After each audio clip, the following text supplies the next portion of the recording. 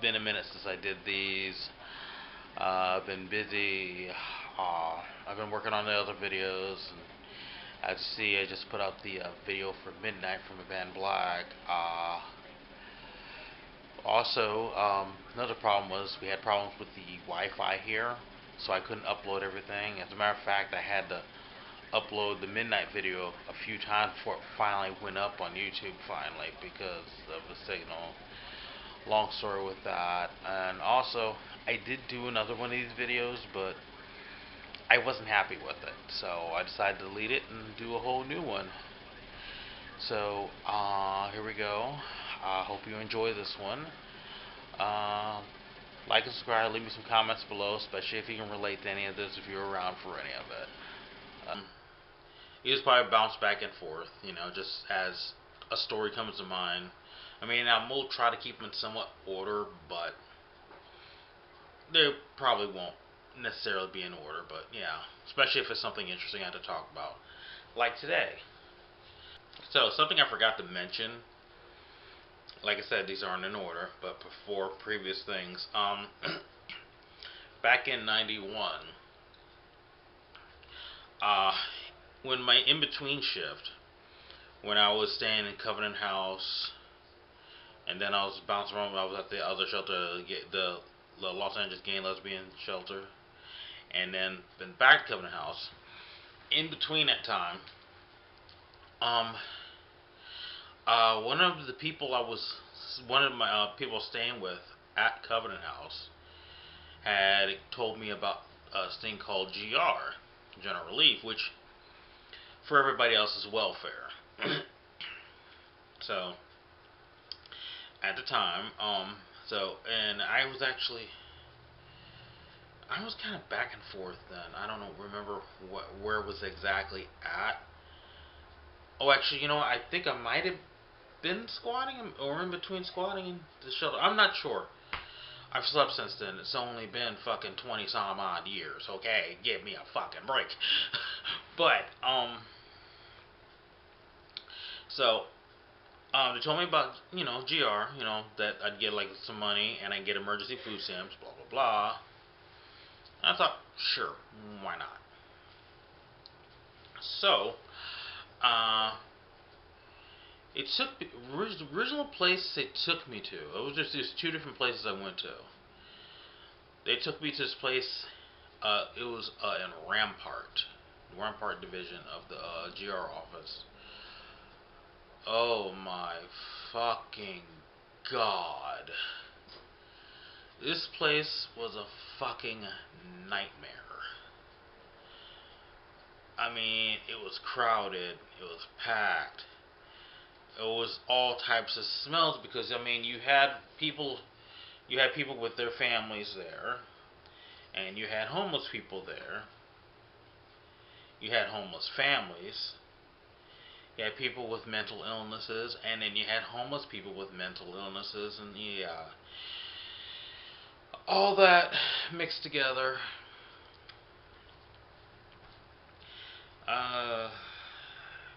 It was just a strange place to be. I was there all day long just to sign up for things. I'm okay. Did I have to go a couple times? Actually, you know what? Actually, that time, sorry, I had to think about that for a second. Was there all day and nothing happened. It was a waste of fucking time dealing with all this shit. So, fuck it. Then the person I was talking to that took me there the first time said, "Hell, you know what? We're gonna go to a better place." So, I don't know if it was the next day or if it was a few days later, but we went to another GR office, which was in Glendale. That was a longer trip, especially back then. The buses take a little bit longer than they do now. I mean, you can get to Glendale a lot quicker now from Hollywood, but back then it was a little bit more of a trek. and a few more, like maybe 3 buses at that time. So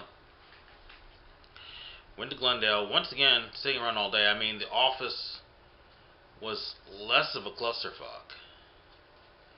You know, it wasn't great, but it wasn't nowhere near as bad as Rampart. Rampart was fucking insane. But, you know. But, yeah, so, sign up there, everything, talked everything. I got approved for my GR, which, monthly I would be getting, like, I think it was, like, $200 some odd dollars, like $201 or $211, something like that. It was, honestly, let's be honest. Even in 1991, $200 wasn't gonna really get you rent anywhere for a month and then survive. You know. They also gave you emergency food stamps. Yeah, and like food stamps monthly were like, I think like $92 in food stamps a month. I mean, so even for 1990s, it's not a lot to live off of. You know, pay rent and then eat food too. $92.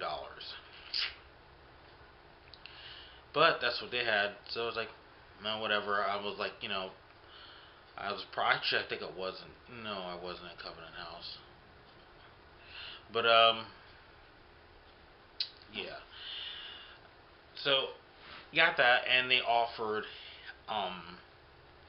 these hotel vouchers. I don't know if they still do that now or not. It's been a while, but I know actually, yeah, they did offer that a few years ago. But I'm digressing. Sorry, I do that too.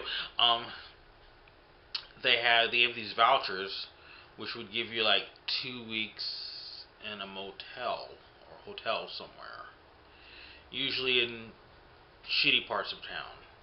You know, most of the time it was downtown LA, which was something really you didn't want. I mean, you don't want to do that now, let alone then, cause fuck, man. Um, so they gave me this voucher. It was a place actually right outside of Koreatown. It was off of Vermont. I guess no, actually, technically that was the beginning of Koreatown because it was around Vermont and Wilshire area, or maybe it was a little further down. Wasn't quite down to like Third Street or anything. It was in between like Wilshire and Third Street, but I know it was off of Vermont. This one place, old building. They had these rooms, very tiny rooms. And actually, I'm thinking about the vouchers were for a week, not 2 weeks. My bad. My apologies. I was wrong. For 1 week, but this place anyway had these small rooms, a shared bathroom for the whole floor, one bathroom. So that was interesting. There was no TV or anything. You just had a bed, an armoire, which kind of freaked me out. I don't know why armoires always freak me out. I would expect somebody to walk out of the shit or whatever. But, bed, an armoire, and that was it. So it was pretty much me there with my Walkman, you know. Weren't allowed to have any visitors. You know, no overnight guests. So definitely no, you know, late night booty visits or anything. Unless it was somebody that lived there, but really, considering the neighbors I had, no. Both the men and the women there, no, honey, no. But so I stayed there that week. So I had a little money, I had some food stamps. I was doing okay. I was like, all right, this isn't so bad. You know, this is sort of living on my own, even if it was just for a week. Get down from there. Talking to my cat. That was the other reason why I couldn't finish I couldn't post up the other video, because my cats were being so fucking extra in that video, like they're trying to be now. Get away from my makeshift tripod. but but so I'm there, and so I used to go hang out and everything. And there was one of the guys used to hang out at Covenant House and everything. I actually snuck him in a couple times to hang out there, so we'd have a place to crash. You know, at the time I was like, oh, yeah, cool, this guy's my friend. No, he's not. He was kind of an asshole, actually. 'Cause I remember, I don't know, he was kind of a dick. I ended up buying him booze one night. We were like, that was when I first started drinking Cisco, and also the last time I was drinking Cisco, because Cisco is fucking nasty. You know, well, you know, drinking that. And we used to kind of hang out in the boulevard sometimes. One time in particular, which is what led me to wanting to post this video, because a friend of mine mentioned something just happened to him recently, and it reminded me of this. We went to, I don't know if it's even still there or not, but there was this liquor store that was on Yucca Street. It was near Highland at the time. Back then, once again, Yucca Street, not a nice place to be. Not a nice place to be at all.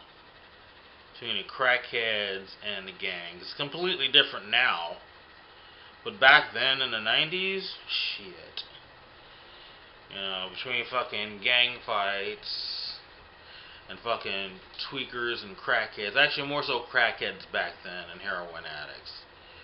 There was tweakers, but not as much just yet. It started building up, though. It was on the rise. Or maybe there was more than I thought. But I just mostly saw crackheads and stuff. But once again, I'm digressing. Let me get back on the subject. Damn. So, we got a couple beers. And at the time, you know, my dress, I was one of the rocker Blak guys, you know. And I dressed the part. You know, back then my style was a kind sort of like more sort of punk, and then sort of like the fucking sort of LA rock thing and whatever, you know. You know, I had my jean jacket, you know, with my metal patches at the time, because I had my metal phase, you know, for a few years. You know, and I was wearing my ripped jeans. Yes, I wore. Oh, these were my favorite jeans, by the way. I have to throw this in, by the way, since we're talking about this. I had these jeans. Actually, was asked not to wear them in Covenant House when I was in the Covenant House after a while. They were comfortable as fuck, you know, and they had fucking rips, and you know, I had little stuff written on them and everything, you know, little bands, little slogans and shit like that on my pants. You know, I'd wear them with I had like these little winkle picker type boots. You know, and I thought I was a shit, you know. I had my little skull bandana, threw it in my back pocket. So I had like the fucking sort of almost bikerish look, I guess. At least I thought I did. Probably looked like an asshole, but I don't know. But these jeans were comfortable, and they had kind of rips around the crotch, but I didn't realize I had one rip in the crotch, and at the time, I was, as Murderface would say, I was freeballing. So apparently, this one lady was working in the Covenant House. I didn't realize, she kind of stared at my crotch for a second. I'm like, what's going on? What? You know? For a split second, I was wondering, I was like, are you going to come on to me? No, of course not. You know, obviously not. But, you know, 18-year-old me. I'm more 19, actually, sorry, 19-year-old me. Maybe I was 18. I don't remember. Jesus. I've slept since then. She was like, you might not want to wear those pants anymore, you know, what she told me. I'm like, why? It's like, apparently, the rips were just, like, kind of sheer enough to where you could see one of my testicles. And I'm like, oh, damn. So I did wear them, but I wore underwear with them. So yeah. So I was wearing those that day and everything. And my boots and my jean jacket and my skull bandana hanging out my back pocket. Thinking I was all rocker cool then. So we're hanging out. And of course, I mean, this is not a bright thing anyway. He wanted to sit there and hang out and drink a beer, and pretty much in front of the store. Whatever, I'm being cool, whatever. I'm being cool, man. I'm drinking a beer in front of a liquor store, man. This is awesome. I'm being a cool kid. Yeah, I'm one of the end guys, yeah, whatever. So, of course, we're sitting there, and of course, as one to do, the police pull up. Police have always sucked. Let's not make that mistake. Police suck. Hollywood Boulevard Cops in the 90s, of course. That show kind of fucked up, though. Ugh. Like, I mean, just to give you an idea, there was a couple cops that were kind of famous for being, like, really shitty fucking cops. They would shake you down. They fuck with people. And, they fuck with people that had drugs and shit. They would take their shit, but that shit never made it to the police station. Okay, you think of the movie Bad Lieutenant, but with two people in uniform. And there was a few cops like this that were on the boulevard, and they were assholes, and they hated the street kids, they hated the fucking gutter punks, they hated the Hollywood trolls, they hated all of them. And they took every opportunity to fuck with everyone they could just because they knew it was like, oh, look at this piece of shit, let's go get him. Okay, that's not too different from cops now, but yeah, but anyway. So these cops, I mean, normally you see a couple people drinking, they'd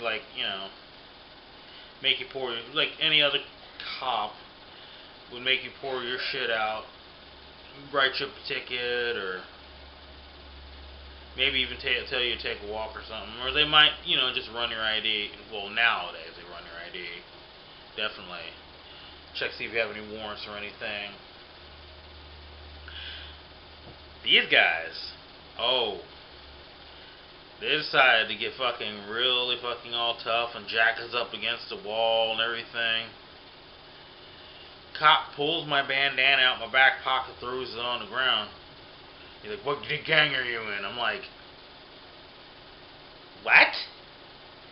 He's like, what fucking gang are you in? I'm like,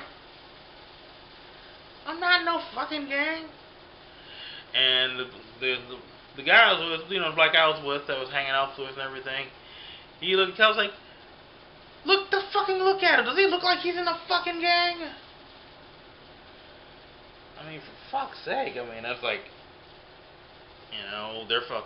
It's like we were there for a long time. I guess they were checking to see if we fit any description or whatever, and they were just fucking with us.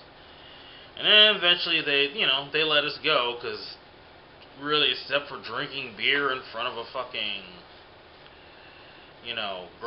liquor store, they really couldn't. There really was. We didn't really do shit. We didn't have any drugs on us. We weren't trying to buy drugs. We weren't selling any. We weren't high. We weren't in any gangs. We were just a couple guys hanging out drinking on the street. Well, that's not legal, obviously, but it's not. It's not the worst crime. It's not enough to really book them down or all that other bullshit. So they angrily, left us. And that pissed me off, and that set precedence for how they was the beginning of setting precedence of how I would feel about the police. Because this wouldn't be the first time I would be jacked up with cops, but that one time, okay, I will admit, I'm sitting in front of a liquor store drinking. I was kind of asking for it that time. Okay, maybe not to that level of harassment, but you're drinking in public, expect a cop to drive up. I'm sorry.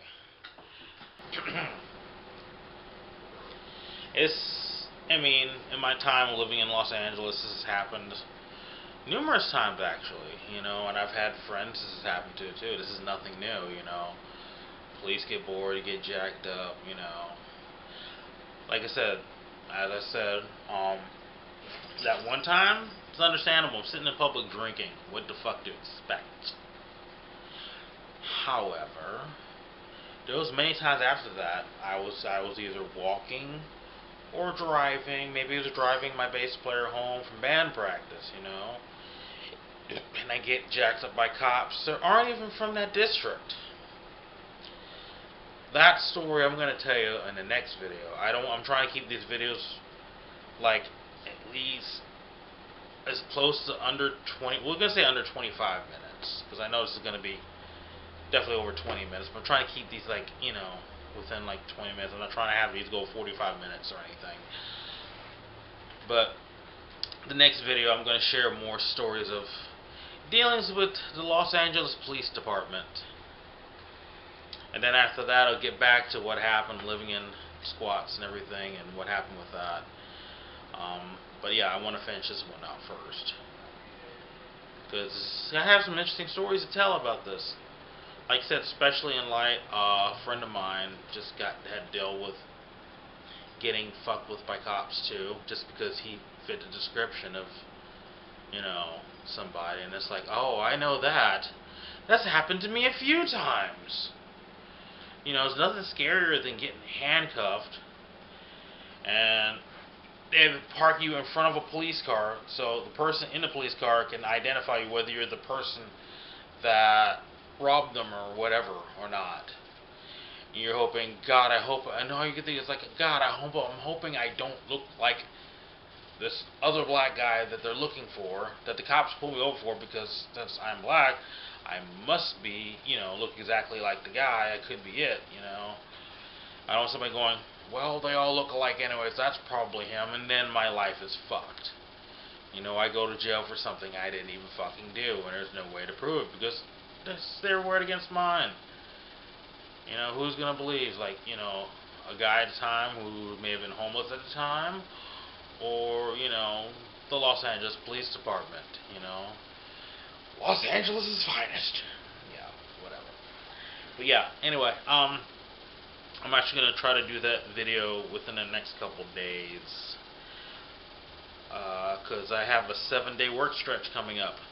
So I want to try to get some videos done over this weekend. So that way, once that 7-day stretch comes, because I'm not going to be able to do anything really much during time. I'm going to try to probably squeeze in a video or two. Maybe I can probably do a reaction video. But that's probably going to be about it. Actually, I might do reaction videos this week because I want to try something different. I'll explain later. You'll see. Anyway, I'm going to stop talking now. Otherwise, this video is going to be longer than what it's supposed to be. Thanks for watching. If you like what you saw, hit the like button or hit the dislike button. But if you did like it, share, subscribe to my channel. My channel is actually starting to get some more likes now, finally. To all my new subscribers, hello, thank you. Hopefully you enjoy my content. A lot of my new subscribers are because of the midnight video so far. Trying to get some more fans for this show, and also going to do a new Mr. Blak and Dr. Bitchcraft show this weekend as well. Because we've been meaning to record that, haven't had a chance to. We'll be doing another live stream show on Facebook tomorrow night. I have to make an invite for that. Send it to all of you. But yeah, just stay tuned and hit that notification bell next when you hit subscribe, so that way you know when I upload videos. Because I upload videos as often as possible. I usually upload videos a few times a week. That varies. Like this week, it's the holiday season, but yeah, definitely gonna have more videos coming next few days and the next coming week. So Stick around, enjoy. Thanks for watching, and I will check you guys later.